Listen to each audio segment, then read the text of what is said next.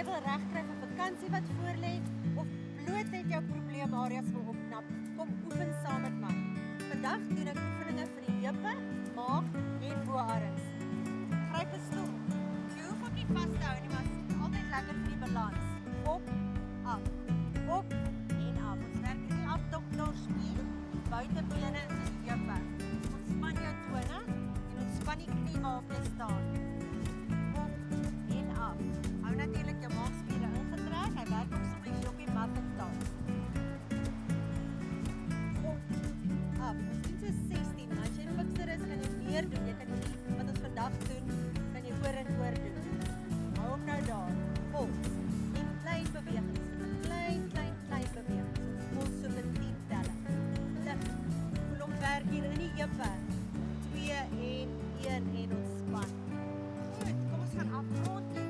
Nou doen ons oefening vir die maag en die arms. Kom in die plankposisie. Ons doen 'n twist. Twist en twist. Met 'n plank moet jy jou maagspiere intrek. Hy werk in die hele middellyf. Jou core. Twist. Nie jou boude oplig nie. Hou jou lyf soos 'n plank. Twist en twist. Soos ek gesê het, as jy gevorderde vlak is, kan jy hierdie 2 oefeninge wat ek vandag wys oor en oor doen. 'n Paar keer oor en oor. Af. Op en af. 5 en 4. Net in die maag.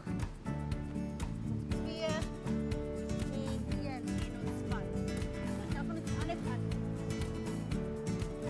Nou is my so. Maag ingetrek op en af. Span jou tone. As jy tone ophou, dan jy quadriceps. Nie daai werk nie. In die heupe. Span die tone. Op en af. Lig. Hartebus, maar ek oefen sinoniem met gesinsvakansie. Dit is so baie om te doen. Ek is mal oor die plek. En hou hom daar. Klein vols beweging. Klein vols beweging. Op, 3, 2 en ontspan. Nou ja, tyd om te groet. Volgende week oefen ons die bene en die boude. Hou dan gewiggies of as jy nie het nie, 2 waterbottels byderhand.